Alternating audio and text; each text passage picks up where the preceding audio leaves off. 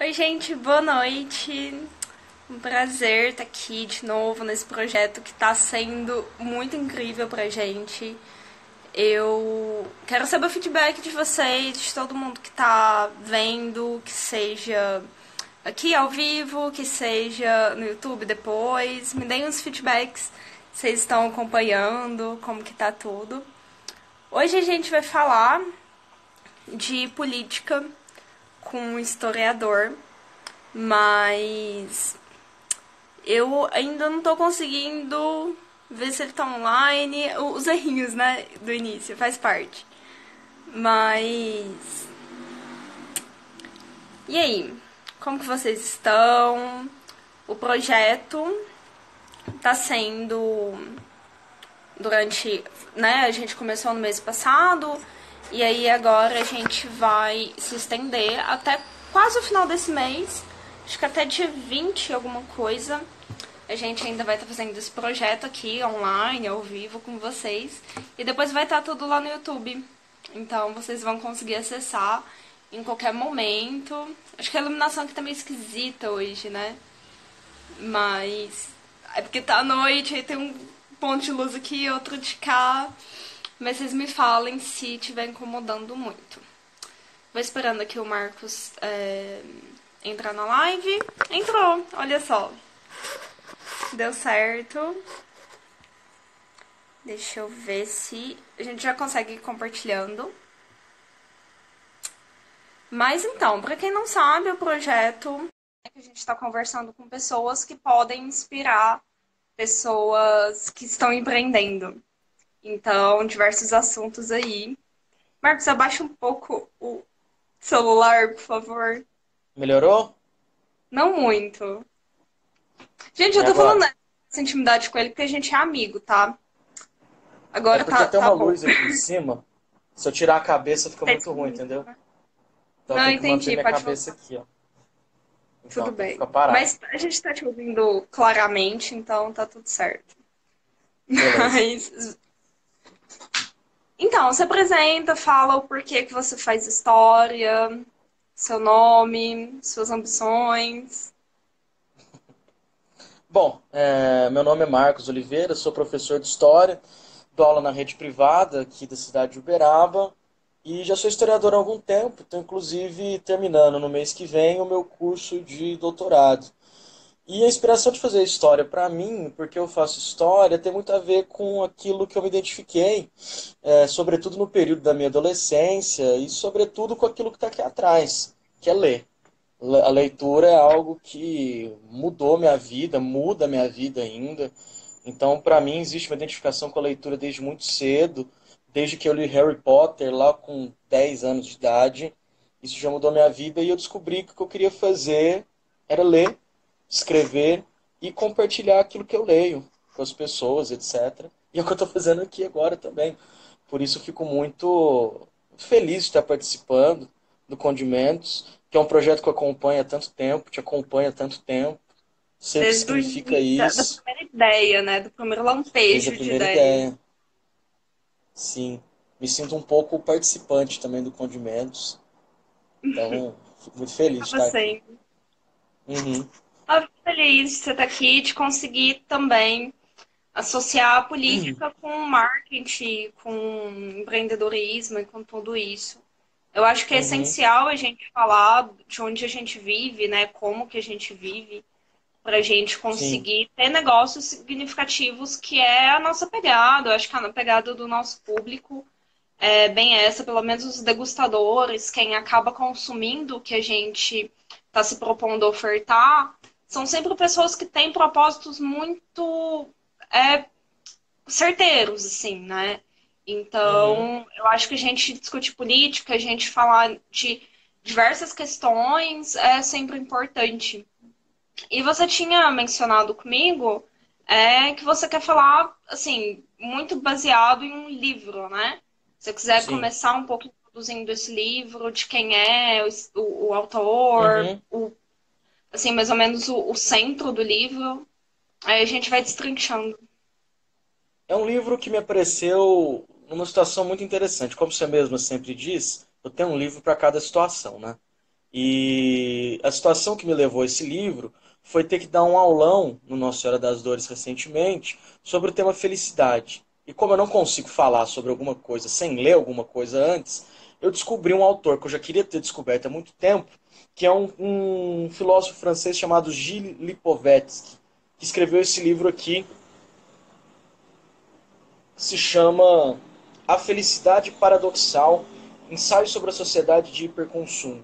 Embora o centro do livro seja uma análise sobre a felicidade, existe um pano de fundo por trás do livro, por trás de toda a obra desse cara, são dois conceitos, na verdade. O conceito de hipermodernidade e, correlato a isso, tem o conceito de hiperconsumo. A ideia dele é basicamente a seguinte: em vez de pensar termos como pós-modernidade ou como modernidade líquida, tipo Bauman, que é um bastante conhecido do grande público, ele está pensando na ideia de hipermodernidade, pensando o seguinte: como aquilo que começou lá no século XIX e adentra ao XX se radicalizam dentro do mundo contemporâneo, no século XXI, etc. E diante disso, ele faz um ensaio muito longo, inclusive, sobre as formas de consumo e de como as nossas formas de consumir mudaram ao longo do tempo. Então, empreender hoje, criar empresas, produtos, está ligado também a essas novas formas de consumo que vem com essa hipermodernidade que ele chama, que é basicamente aquilo que nós estamos vivendo nos dias de hoje e que acho que tem muito a ver com o público e com o condimentos. Está dentro de uma nova proposta de vida, inclusive. E uma das questões essenciais que ele está trazendo no livro é exatamente essa. Hoje o consumo ele está muito ligado a questões existenciais. Não é mais aquele consumo de você comprar uma geladeira porque ela tem uma funcionalidade apenas na sua vida. As coisas têm as suas funcionalidades, os produtos têm as suas funcionalidades, mas eles também estão inseridos dentro de uma lógica existencial. Não só do prazer, mas de determinados conceitos que são embutidos dentro desses produtos. Então hoje nós não compramos apenas produtos. Nós compramos produtos vinculados a ideias, produtos vinculados a conceitos. Então, para o público que nos assiste no momento, eu acho que essa é a questão fundamental que a gente está trazendo para essa noite de hoje. Sim, eu só queria fazer um palpite que não tem nada a ver com o tema, de você abaixar um pouco mais o seu celular, porque a sua cabeça tá, tipo, aqui assim, sabe? Melhorou? Isso. Mais um Aí, pouquinho essa ia é a minha ser primeira live. perfeito. Deu Tudo bom? bem, faz parte. Até porque a gente coloca a câmera e aí ele achata um pouco, normal. Desculpa, mas é que tava me irritando, eu sou pessoa da estética, né? Então não ia dar E a pra minha primeira manter a live, live. eu não sei mexer Tudo com certo. celular, não sei mexer com Eu computador, acho. É só livro, né? Eu só acho que livro. Você já tem pode ver que não tem alguns nada alunos aqui. seus aqui. Eu acho que alguém já falou que você é o melhor. Deu um Eita, travou. momento Deu uma aqui, tá travada aí. tudo. Deu. Uhum. Mas então, alguém já falou aqui que você é o melhor professor de história. Eu acho que tem Ah, uma galera sua aqui. pode ser. Então, quem tá aqui, quem tá vindo aqui pelo Marcos, né, que foi aluno dele, que é aluno dele, a gente tá falando de consumo, que aqui a gente tá no aqui o Condimentos, né, um perfil que fala sobre marketing, sobre design gráfico, a gente oferta esses serviços, mas a gente gosta de ir um pouco além. Então, por isso que a gente está trazendo essa conversa, né? De colocar um pouco de contexto dentro do que a gente faz, dentro do que a gente cria. E eu acho que essa galera nova é exatamente esse público, né? Eu acho que eles nem vão pensar em comprar uma geladeira sequer, se não for pensando em um contexto que agrega além da geladeira em si, né? Sim, Então, a gente fala muito sobre isso, sobre como você se comunica, que aí vem completamente ligado a isso, de que antes uma propaganda muito bem feita, com pessoas muito bem arrumadas em uma televisão funcionava e uhum, você iria vender para sempre, até as pessoas perderem aquele produto, você ia vender mais e mais e mais e mais. Sim. E porque bastava, né? Era realmente isso de uma pessoa bem arrumada, falando assim, né? Muito Do sério, produto. muito certo, porque isso passava credibilidade, e se tá na TV é verdade, então tá tudo certo. Uhum. E aí agora, né, essa onda de influencers, essa onda de uma propaganda um pouco mais caseira, né? Uma cliente até usou esse termo recentemente. Essa comunicação caseira, esse feito à mão, esse toque de que tá meio torto, Uhum. de que é meio, né, que não foi exatamente programado, que a gente faz ali uma apresentação um pouco mais natural, né? Um pouco mais da Uhum. experiência do que o do consumo em si. Sim. Então, pensar nesse contexto histórico que a gente está inserido é ótimo, porque nos dá esperança de, né, de achar que a gente vai crescer de fato nesse empreendedorismo criativo, nesse Uhum. empreendedorismo um pouco mais de coração e de fazer esse marketing autêntico, esse marketing que leva muito mais de si do que de pensar em como o outro vai agir de acordo com o seu produto, né? Sim. Então, eu queria que você falasse um pouco do por que isso é política, sabe? Eu acho que a gente acabou de passar por uma eleição, acho que tá todo mundo um pouco também meio farto desse termo, né? Então, o Uhum. porquê que isso também é política? Sim. Acho que a primeira coisa que é legal da gente discutir é desfazer o que foi feito nos últimos anos, principalmente desde 2013. Uma ideia de que política é sinônimo de duas coisas. Uma que política é sinônimo de politicagem ou de bandidagem, ou de que política é sinônimo também de conflitos, polarizações, etc. Então a política não se restringe a isso, ela não se restringe às instituições políticas, não se restringe aos partidos políticos, não se restringe aos candidatos, a presidentes, deputados, vereadores, etc. A política é algo que transcende isso. Então, há, por exemplo, alguns autores que vão fazer uma distinção muito legal entre a política e o político. O político não é uma pessoa. O político é aquilo que nós vivemos enquanto sociedade. É aquilo que faz com que nós pensemos o que pensemos, é aquilo que torna faz os limites da nossa imaginação. É basicamente aquilo que cria os moldes da nossa sociedade. Aquilo que coloca limites dentro daquilo que nós entendemos por sociedade. Então, as nossas crenças, as nossas ideias, os nossos símbolos, todos eles são condicionados pelo político, entende? E a política, que é isso mais ligado às eleições, etc., é algo muito menor do que esse político. Então, o que tem a ver o consumo, os produtos, as ideias com a política e o político? Tem a ver que eles estão dentro da nossa sociedade e estão ligados a esses limites, a essas ideias, a esses conceitos. Então, nós não precisamos falar de política, ou quando vamos falar de política, nós não precisamos falar necessariamente de um candidato ou de outro, de um partido ou de outro. Nós podemos falar de como a sociedade pensa e de como aquilo que a sociedade pensa é essencial para todos os lugares onde nós estamos. E dentro desse pensamento, os diálogos possíveis que nós podemos fazer. Então, política para mim, é isso que eu estou propondo aqui com você, é algo ligado a diálogo, não é algo ligado a conflito. É algo muito mais ligado ao consenso, do debate das nossas identidades, das nossas ideias, das nossas perspectivas, sem ódio, sem partidarizações ou coisas do tipo. E acho que isso é muito importante para quem está pensando a política, quem está vivendo a política agora. Então a gente está passando por um momento muito tenso, de dois lados, de dois conflitos. Então é preciso pensar a política para além disso também, como algo que nos constitui enquanto pessoas, como algo que nos constitui enquanto sociedade e que nos ajuda enquanto sociedade. Então, pensar as coisas, as ideias, é também política. Não é só voto ou coisa do tipo. Então, acho que é Sim. esse o caminho que a gente percorre. Uhum. Eu acho ótimo a gente já começar esclarecendo esse ponto, assim, né? Mas você Uhum. falou uma questão da identidade, e eu acho que, de repente, você também nos situar. do porquê que a identidade só agora que começou a ser importante para o consumo, eu acho que pode dar uns insights legais aí para a galera. Uhum. Eu acho que o Lipovetsky desse livro aqui, ele faz essa retomada histórica que é muito interessante.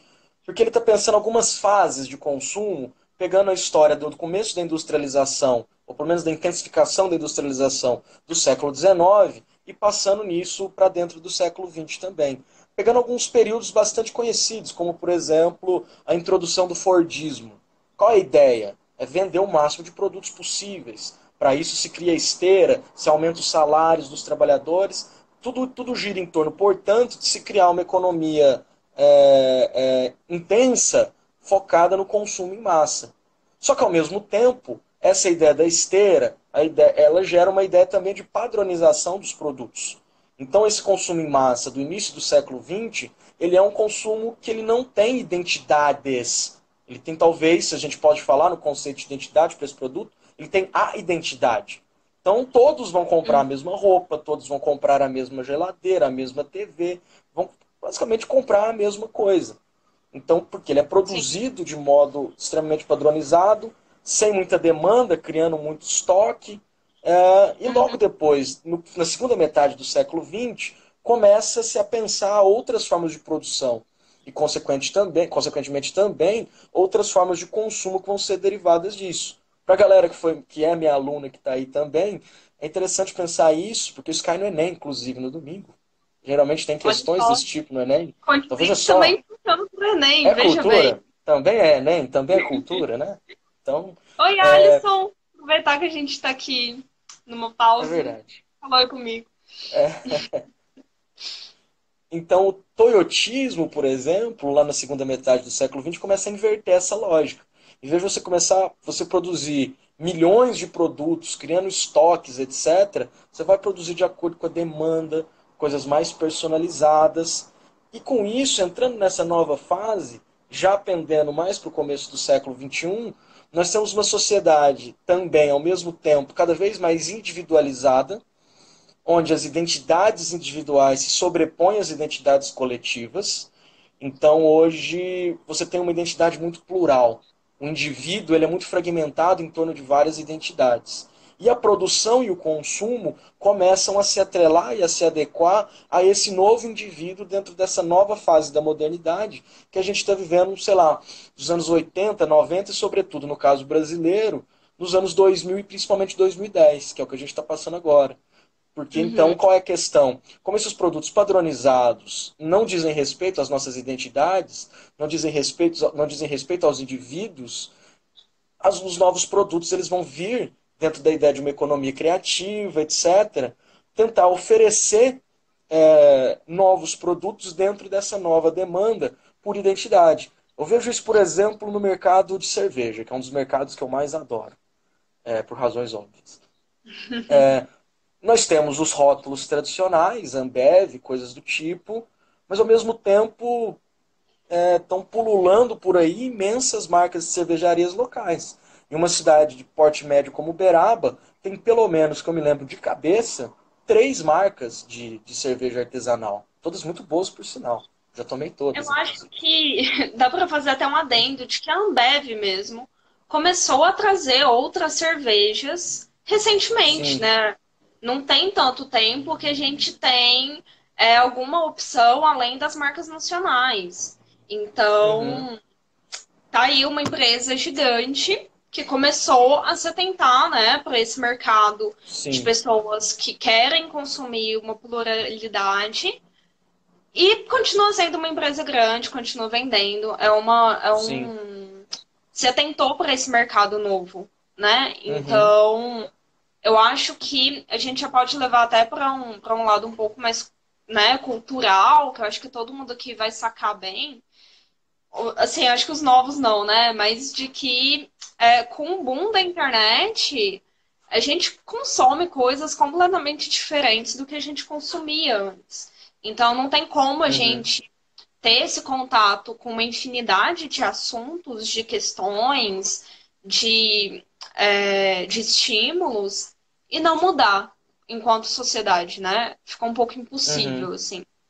Eu acho que essa mudança né, essa virada de forma de consumir informação, de consumir lazer, Sim. que, né, tem um impacto direto com tudo isso. Sim, certamente. E aí, inclusive, o que o Lipovetsky vai trazer também é a ideia de um consumo existencial, inclusive. Então, Uhum, as nossas emoções, as nossas angústias, as nossas vontades, os desejos, todos também estão embutidos dentro desse consumo. E aí, para voltar a essa relação com a política, as causas políticas também estão embutidas dentro desse consumo. Então você vê, e acho que é isso que nos leva ao centro desse debate, as marcas têm se posicionado diante dessas demandas dos próprios consumidores. Então, no caso, nós temos, sei lá, vamos pegar o setor de roupas. Você tem calçados que não agridem, você tem calças que não agridem o meio ambiente, roupas que não agridem o meio ambiente, porque inclusive você é consumidora desse tipo de produtos, sim. porque isso vem de um desejo, de uma demanda sua. Então, Uhum, pessoas que estão preocupadas com o meio ambiente, que não querem contribuir para a degradação dele, querem produtos adequados a isso. E cada vez sim, mais as empresas têm se posicionado diante disso de modo bastante interessante, né? E não só sim, questões de meio ambiente, questões de gênero, sexualidade, questões étnicas. Então, as sim. propagandas, no caso, como a gente está falando para um público de comunicação, elas mudaram drasticamente ao longo dos últimos anos, Uhum, tentando adequar a essa necessidade, isso é muito importante, da, dessas diversas identidades, desejos e interesses que permeiam a nossa sociedade. Né? Então, acho que a questão passa sim. muito por aí. Eu acho que é um bom ponto também a gente falar essa questão das causas, né? Que Uhum. a causa, ela é por si só política, mas ela não precisa necessariamente estar atrelada a algum partido Sim, ou a algum candidato X ou isso. Y, né? Eu acho que é Uhum. importante a gente falar disso também, porque Uhum.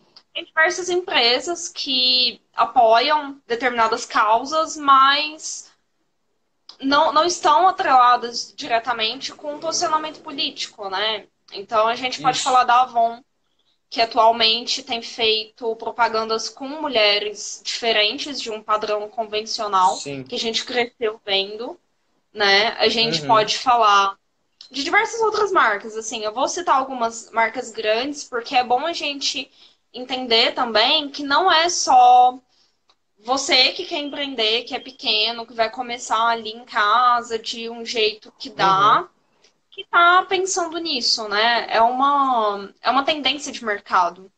Então a gente está Isso. falando de uma coisa muito maior.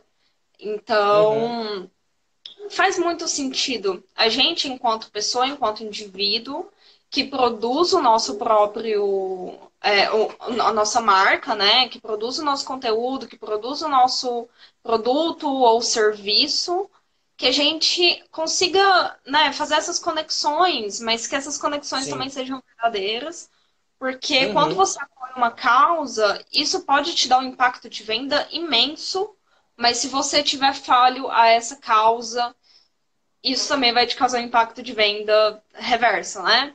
Uhum. Então, é uma questão delicada que tem muitas marcas que preferem não se posicionar Sim. por esse medo, né? De Uhum. falhar, de errar, de fazer algo ali que não seja, né, plausível daquela causa.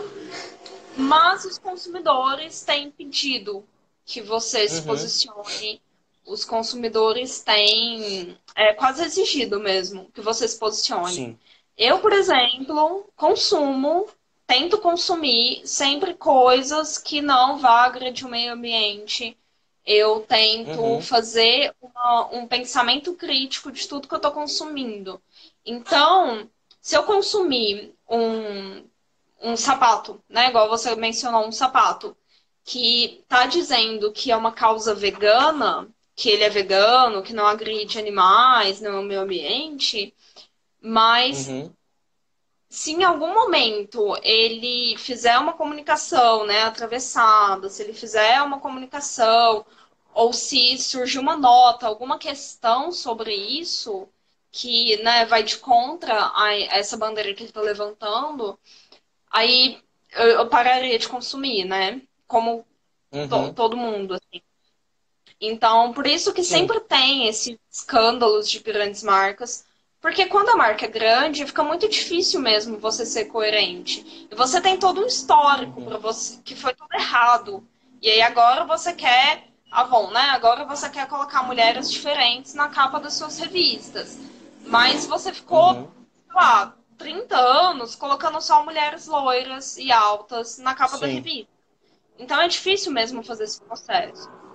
Mas eu sim. não tô aqui, tipo, colocando isso como um ponto negativo para você se posicionar. Pelo contrário, eu acho que a Uhum, gente que empreende de forma particular, né, que você aqui, indivíduo, que está empreendendo sozinho, tem mais sentido ainda que você se posicione de uma causa que você segue, de uma causa que você sim, tenta seguir. Então, as chances de você cair em uma cilada do marketing é muito menor, né? sim. Porque no caso, a demanda do consumo, ela é existencial, e esse é que é o ponto. Então, se o cara que está consumindo perceber que é falso, ou se ele sentir que aquela causa está sendo defendida estritamente por uma questão mercadológica de venda apenas, se ele sentir Uhum, que a empresa está colocando mulheres com corpos diferentes naquela propaganda só porque ela quer simplesmente fazer você comprar aquele produto, não vai rolar. Por isso há essa desconfiança em relação às empresas maiores, que elas não conseguem realmente atingir o público nesse sentido. Embora também seja muito importante essas propagandas por uma questão de representatividade também. Isso tem um impacto muito importante dentro da sociedade, não dá para negar isso ao mesmo tempo. Mas, de todo modo, eu claro. creio que as empresas menores, microempreendedores, médios, têm mais capacidade, possibilidade de atingir o público nessas demandas que eu estou chamando de existenciais. Então, realmente não dá para você Uhum, defender uma causa só porque você acha que você vai vender mais produtos com ela.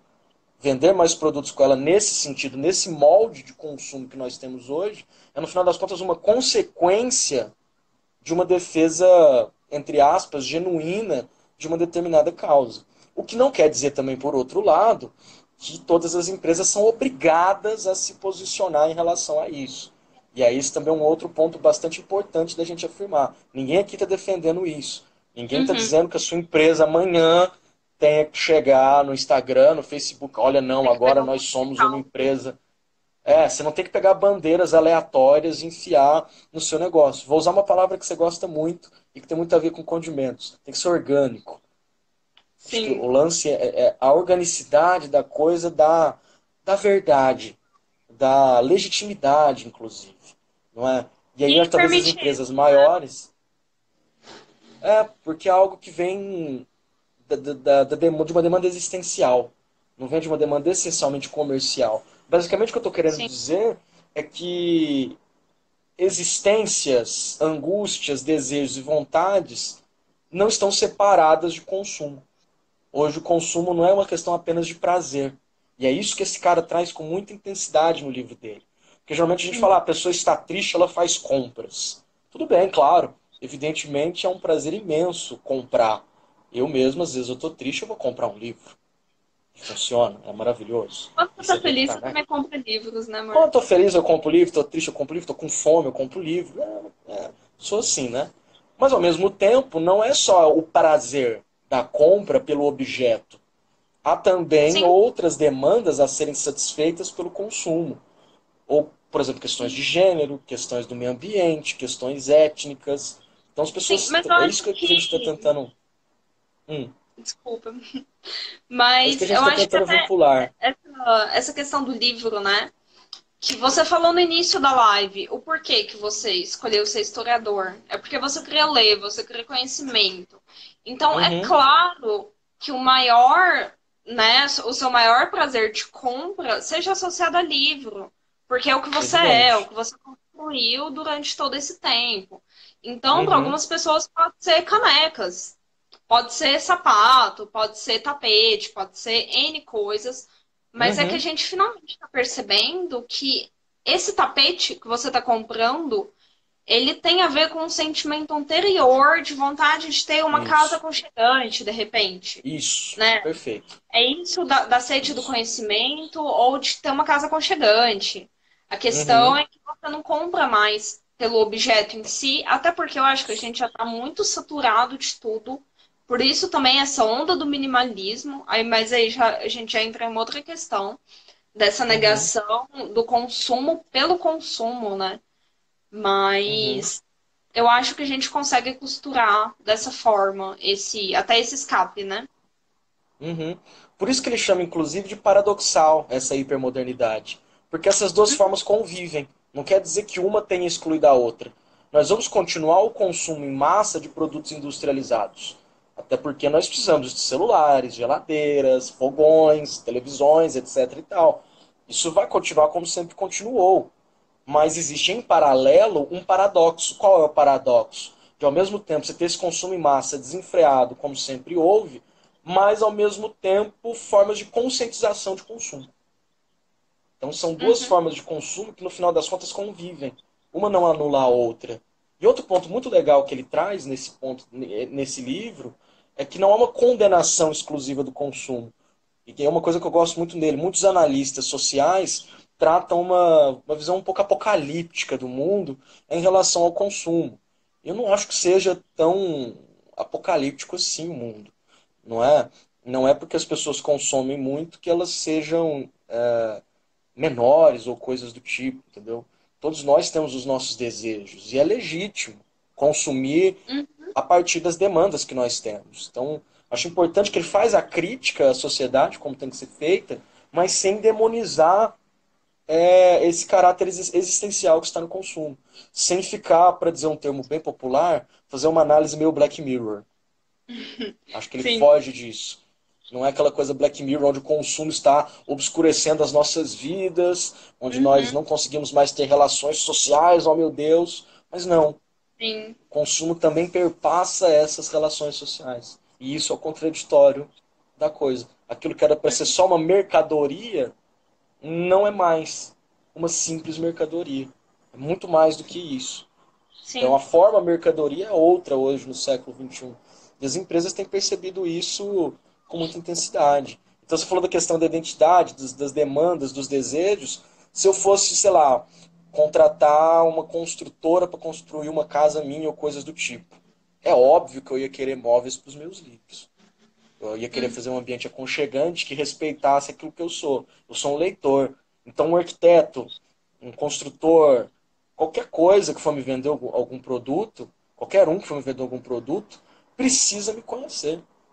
Porque se a Uhum. pessoa for querer me vender móveis ou coisas do tipo que não dizem respeito ao que eu quero, ao que eu acredito, eu simplesmente vou olhar e falar, não vou Sim. comprar, porque eu não quero. Não tem como você Uhum. me oferecer uma televisão de 70 polegadas. Eu não Sim. quero. Eu quero uma estante aconchegante, com uma poltrona aconchegante para ler. Não para ver uma televisão de 70 polegadas. Mas isso sou eu. Já tem gente Sim. que gosta de uma Netflix. Então você vai construir a sua sala de sua casa de outro modo.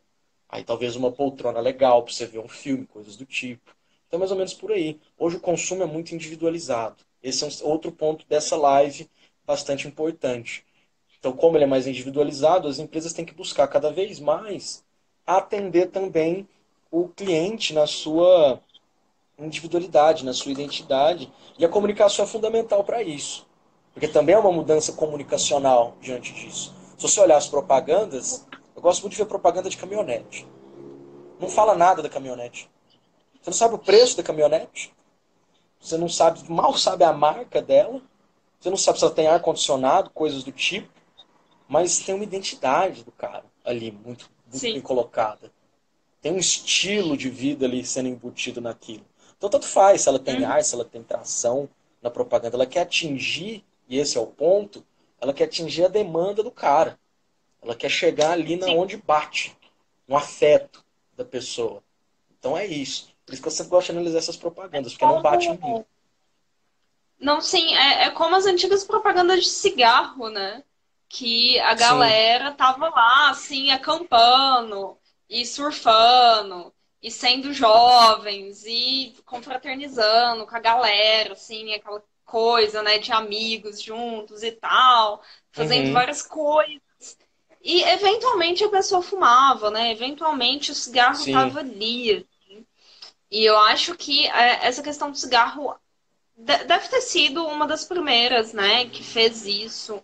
E sim, em filmes, que aí tem um intelectual lá fumando. Aí você é sim. jovem, você vê o filme e fala: Oh meu Deus, eu preciso de fumar para ser desse intelectual.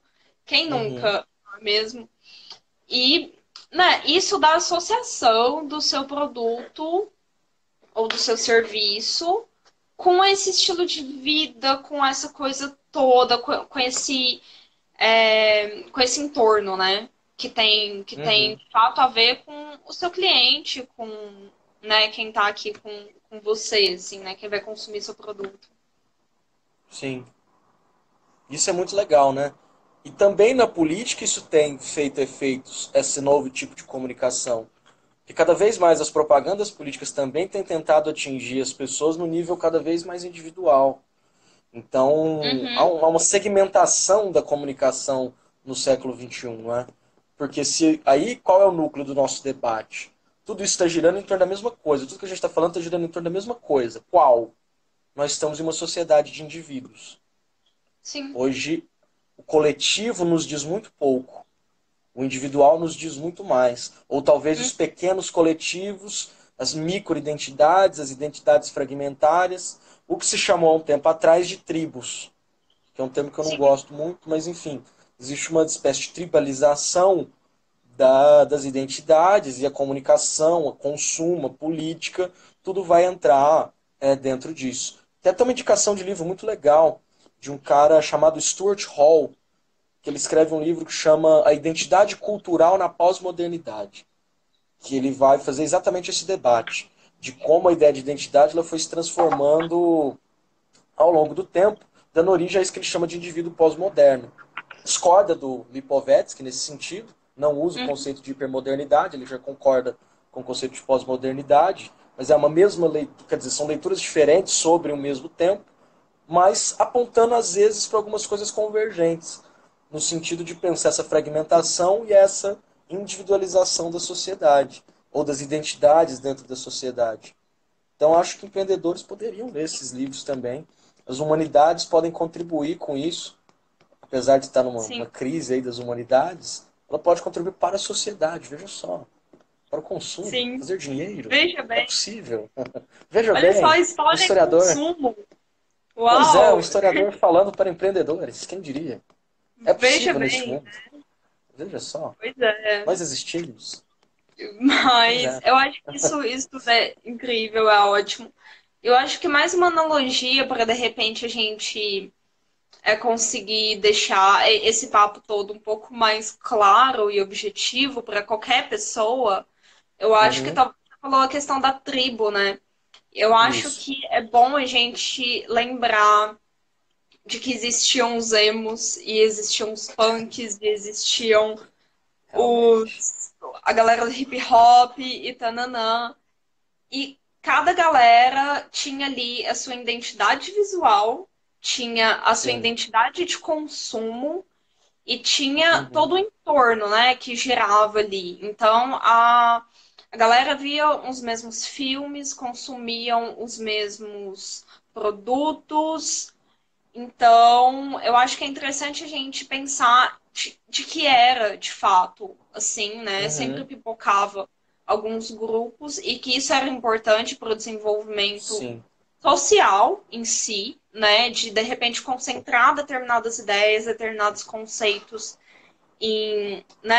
em algum lugar para você conseguir ter uma identidade, para você conseguir ter a sensação de pertencimento, mas que Uhum, agora a nossa geração, principalmente, eu acho que conseguiu pegar ali um pouco antes da internet e depois com a internet, a gente pegou essa virada, né, de que não tem como mais você ser emo ou você ser punk.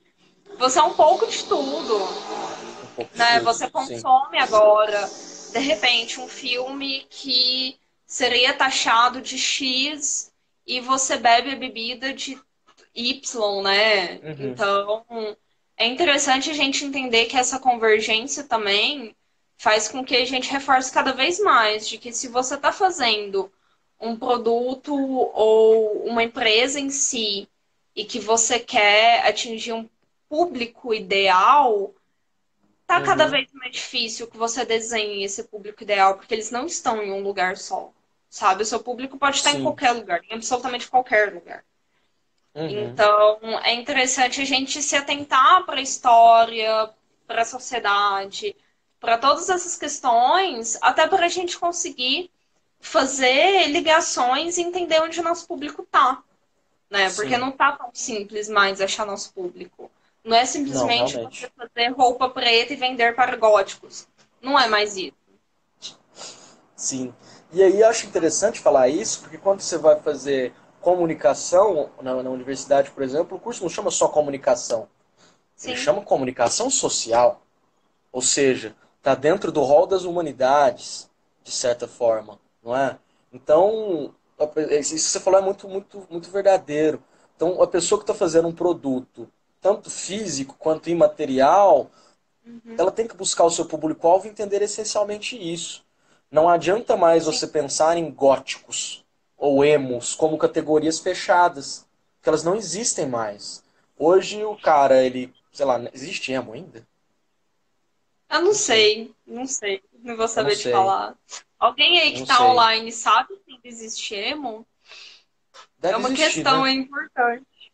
Provavelmente. Faz uma década aí que eu não vejo um emo. Há muitos anos. Mas enfim, se existe, pegando o exemplo vale para todos. Sei lá, historiadores. Como é que Uhum, você venderia um produto para historiadores? Eles são a mesma coisa? Não. Eles gostam de ler, beleza, ok. Mas eles gostam de ler o quê? Quem eles são para além disso? Ele é historiador sei lá, corintiano? Ele é historiador e não gosta de futebol, ele é historiador e bebe cerveja. Qual é esse cara? Quem são essas pessoas, homens e mulheres, para quem você quer falar? Então acho que todo produto, toda produção, seja ela física ou não, ela é social. E como ela quer atender demandas, a primeira coisa que você tem que entender é qual é a demanda que você quer atender. Então você tem que fazer uma análise social. Quando fala em análise de mercado, sim, nós não estamos falando de economia só. Nós estamos falando de sim. sociedade. E isso falta, às vezes, pelo que eu vejo, não sou especialista nessa área, mas falta, às vezes, na galera que está pensando essas questões.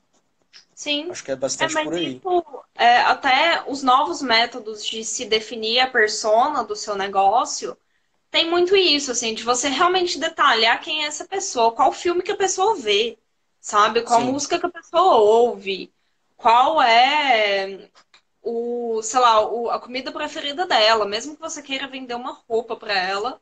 Se você souber a comida preferida dela, já é um passo a mais, assim, para de repente você sim. entrar nesse universo.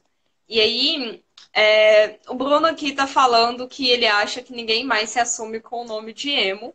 E Ah, sim. provavelmente, mas talvez as músicas ainda existam. E sei lá, tem pessoas que ouçam emo e gostam Pode ser. de. Sei lá, eu tava pensando em alguma coisa contrária a emo, mas não sei. É, também não sei. Sei lá. Mas só para voltar a uma outra questão do social, o que eu queria dizer também é que geralmente nós temos análises um pouco reducionistas de como a comunicação funciona. Muitas pessoas têm às vezes uma coisa um pouco senso comum de pensar, a propaganda manipula as pessoas. Porque a propaganda ela faz com que as pessoas comprem imediatamente. Não é tão simples assim. O marketing ele não tem um poder de criação tão absoluto quanto se pensa, nem tão pouco a comunicação. Por quê? É preciso entender sempre que a mensagem está sendo emitida para indivíduos e que esses indivíduos não são vazios. Todos os indivíduos, por menos estudados, por assim dizer, que sejam, eles têm capacidade crítica, eles têm cultura, todas as pessoas têm cultura. Sim, Cultura é algo universal, é pertencente ao ser humano, é inerente ao ser humano. Então, toda vez que você emitir uma mensagem, pensar a comunicação social, é preciso entender que as pessoas que vêm, elas não vão simplesmente te ouvir e falar, nossa, tudo bem, vou comprar esse produto porque a televisão falou. Não é aquela coisa, a Rede Globo falou, todas as pessoas vão comprar. Óbvio que existe influência. A TV fala, a internet fala com milhões de pessoas todos os dias. Mas mesmo assim, a recepção da mensagem, da imagem, do texto, ela nunca é passiva. A recepção, na verdade, é um ato, usando um pleonasmo, uma redundância, ativo. Então a pessoa, na real, recria aquilo que ela está vendo. Então não Sim, adianta massificar a propaganda, não adianta você passar propaganda 1000 vezes na televisão, simplesmente não adianta. sim. Se aquilo não atingir o seu público, se aquilo não partir da sociedade, se aquilo não partir da sociedade, será impossível que essa comunicação se efetive de modo correto. Não vai dar certo. Não vai Sim. funcionar. Porque precisa partir de algo que já existe. Não há comunicação que crie novas relações sociais. Ela, na verdade, ela ressoa relações sociais pré-existentes. É claro que ela pode, É, após isso, reafirmar ou não determinados padrões. Mas, na verdade, criar novos padrões do nada, isso é muito difícil. Não creio que seja possível. a Mari até prega muito isso, de que esse marketing autêntico, ele vai muito mais por essa linha de que você não cria uma necessidade no seu público. Você tem que ter esse afeto com o seu público, você precisa de criar uma estratégia para mostrar o porquê do seu produto ou do seu serviço, para só então a Uhum, pessoa se interessar e chegar às vias de fato, que é o consumo. E a Marília está sim. perguntando que se tudo está tão dissolvido e sem rótulos, como a gente está afirmando, como se define de uma forma clara o público-alvo?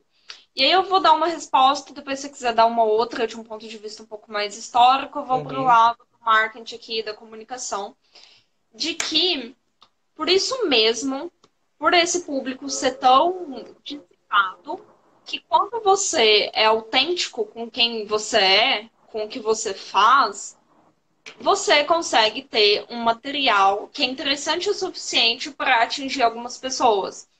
E aí eu uso muito exemplo aqui do Condimentos mesmo. Eu e a Mara somos pessoas extremamente diferentes. Então, os nossos posts, é claro que vão atingir pessoas diferentes, né? Então, aqui o nosso público pode ter um público que gosta um pouco mais de arte, então tá seguindo para ver um pouco do conteúdo que eu tô compartilhando.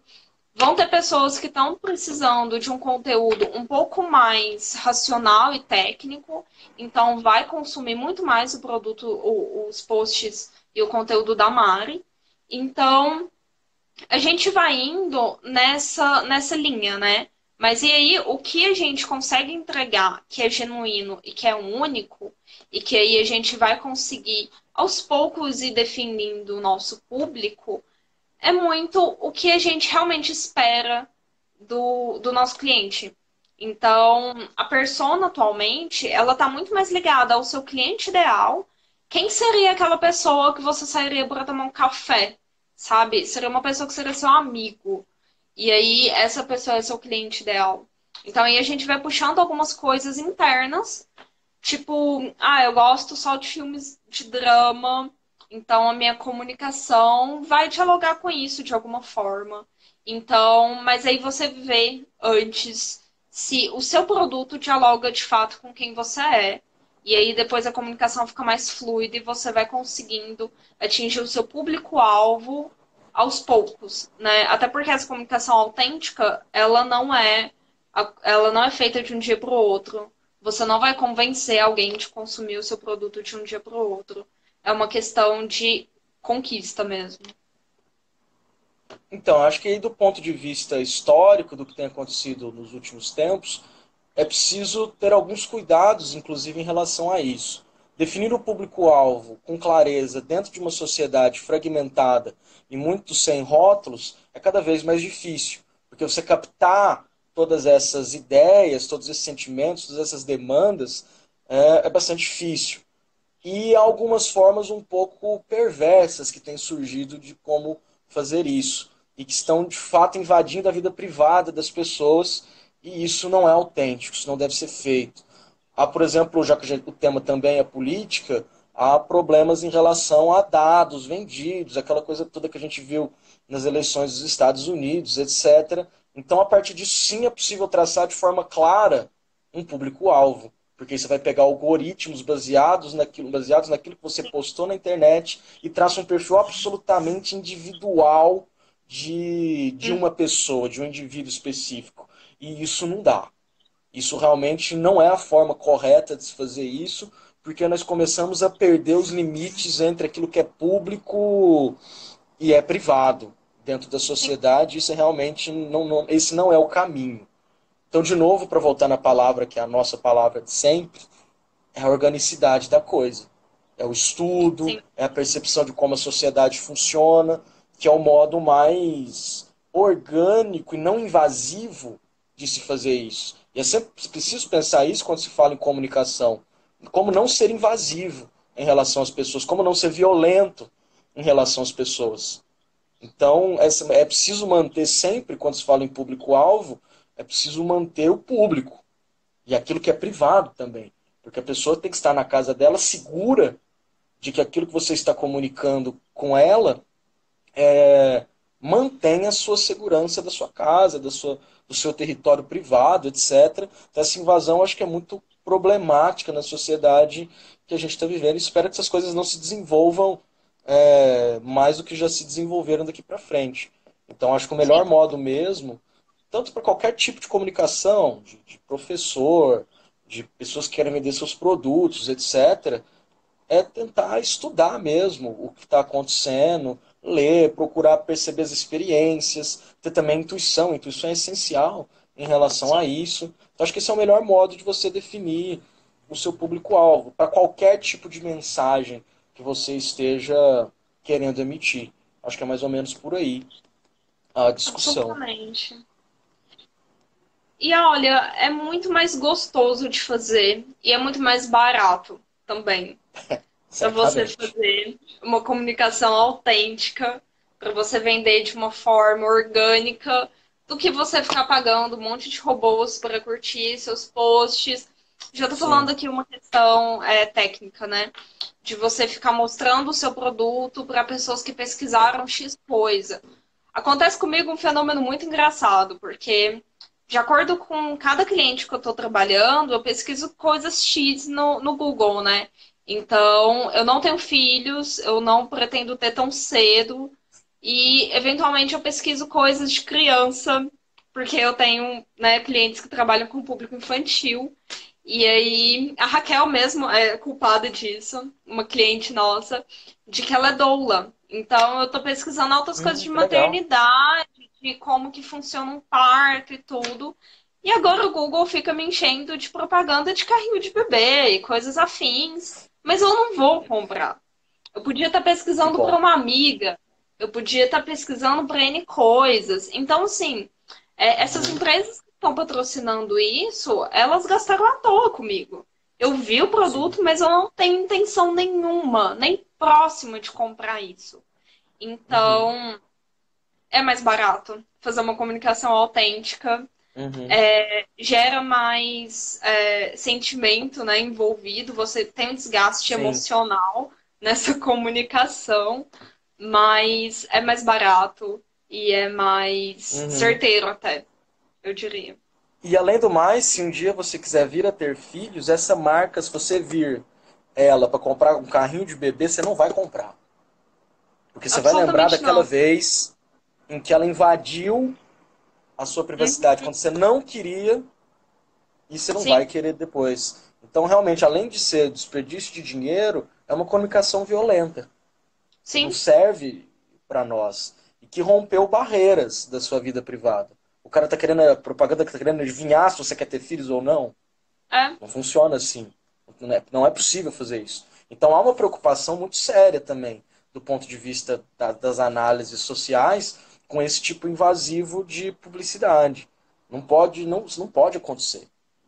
Porque ela não sim. pode prever o que você quer. Isso, inclusive, tem dado alguns problemas, inclusive judiciais, por conta dessa invasão toda aí. Porque às vezes você pensa um produto, ele aparece para você. Inclusive, livro toda hora aparece para mim. Já comprei Não, muito mas livro aí é assim. outra questão, não é mesmo? É. A Amazon é campeã de me sacanear com isso. Mas até Quanto livro porque eu comprei? tem essa questão também do algoritmo, né? A gente também não pode Sim.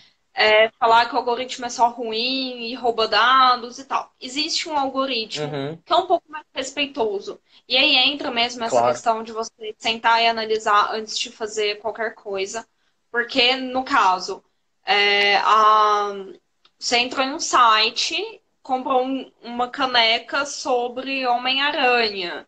E aí, é Uhum. claro que vão aparecer outros produtos do Homem-Aranha para você. Não sei por que eu pensei em Homem-Aranha, mas enfim. Porque você consumiu de fato o produto. Então existem Sim. algoritmos e algoritmos, e tá tudo bem, sabe? Claro. Eu acho que na sociedade em si a gente tem isso, né? A gente descobre uma ferramenta, a gente fica louco e faz umas coisas Uhum. bizarras, e aí depois a gente tem uma onda de pensar e repensar e ver se isso realmente está certo. Voltando àquela Uhum. questão do consumismo e do minimalismo, né? Que em determinados nichos o minimalismo tomou conta de uma forma gigante, assim, foi uma onda Uhum. que pegou um monte de gente. Então, tá tudo bem, sabe? Eu acho que o humano também é Sim. inteligente o suficiente para a gente ir se adaptando só até onde é saudável e é agradável Uhum. pra gente. Sim. E nessa questão da tecnologia, para voltar a falar do Lipovetsky de novo, eu acho que ele traz questões importantes nesse sentido, porque ele não consegue, ele não tem uma visão unilateral das coisas, de pensar a tecnologia só como uma vilã, só como um problema. Como ele está pensando a coisa nas suas contradições, nos seus paradoxos até, ele consegue perceber tanto os problemas, os desafios, e também consegue perceber positividades em relação ao que está acontecendo. Então, quando você fala do algoritmo, é muito positivo isso. E com todas as tecnologias é isso. É possível dar um bom uso para as redes sociais, como é possível dar um mau uso. E eu tenho Hum, descoberto isso recentemente, está aqui para mim um avanço nesse ponto. Porque estar numa live no Instagram para mim é um progresso imenso na minha vida, porque eu nem rede social tinha. Então veja só, porque eu achava que não precisava postar nada, que postar era uma coisa meio estranha, ainda acho um pouco, tem essas dificuldades, etc. Mas, de qualquer e maneira, tudo há bem. um uso educacional no meu caso da rede social. Então, Sim, para quem não me conhece aí nessa live, o meu perfil é um perfil de professor. Então, tem alunos que me seguem de muitos lugares do Brasil, que nós trocamos ideia, dialogamos, posto conteúdos relacionados ao Enem. Então, sabe, é um bom uso, pelo menos eu acredito, da rede social. sim, Entendeu? E também não estou dizendo pelo outro lado que você não tem o direito de postar sua foto almoçando. Não se trata disso também. Não se trata de uma condenação do ócio na rede social ou daquilo que, entre aspas, é inútil. Não é isso também. Então é preciso ter muito cuidado quando a gente fala realmente de tecnologia para não cair em análises reducionistas ou extremistas. Percebe? sim, Então, no caso dessa questão do algoritmo, é possível ter um algoritmo saudável, digamos assim. E também é possível ter algoritmos violentos, esses que já sim. existem também. Então é possível ter uma comunicação não violenta, um consumo não violento. Então é tudo eu creio que é como a sociedade lida com as coisas. Então nós somos os donos, os homens são os donos, a sociedade é dona da tecnologia. Então nós podemos dar um uso democrático para isso, um uso social para isso.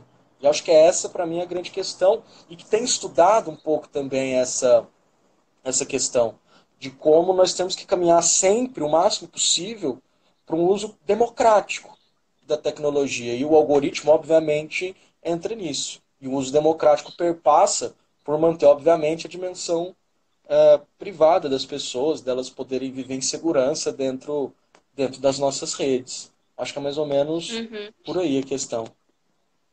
Eu acho que é um ótimo ponto.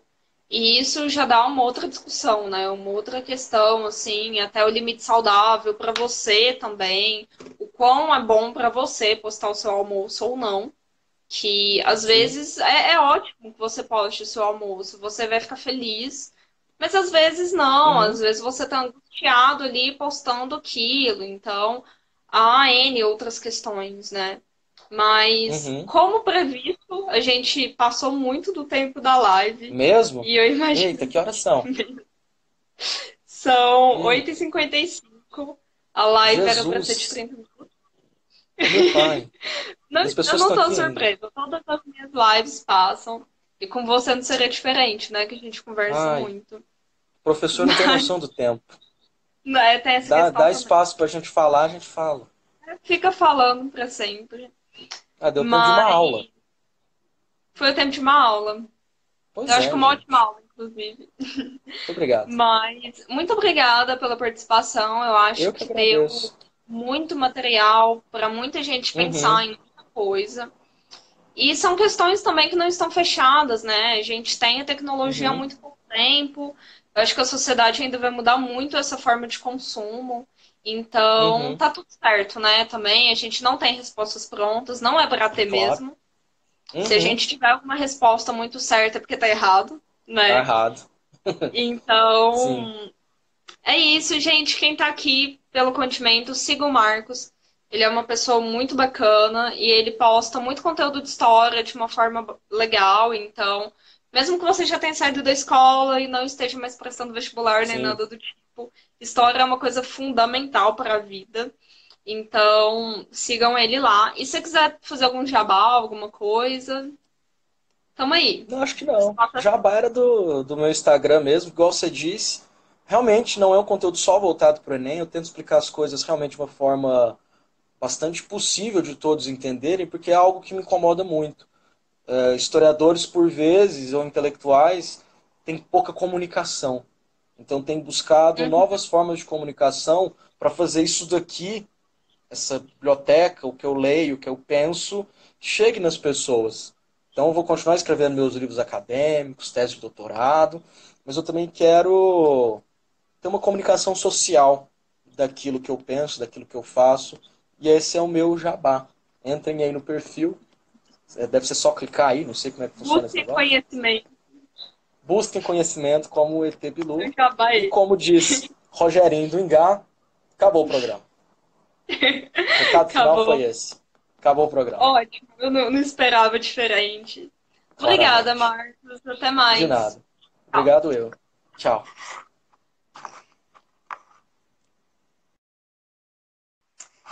Gente, foi isso. A nossa live falando um pouco de política e sociedade e formas de consumo. Eu espero que vocês tenham gostado. E se inscrevam aqui no canal para quem estiver vendo isso no YouTube. E já estou me acostumando a falar esses bordões. E quem estiver no Insta, segue a gente. A gente ainda não tá nem no meio desse projeto de 30 dias, 30 lives. E ainda vai ter muito assunto relacionado a muita coisa diferente. Então fiquem aqui perto, que vai ser legal. E mandem feedback. Mandem feedback. Até mais.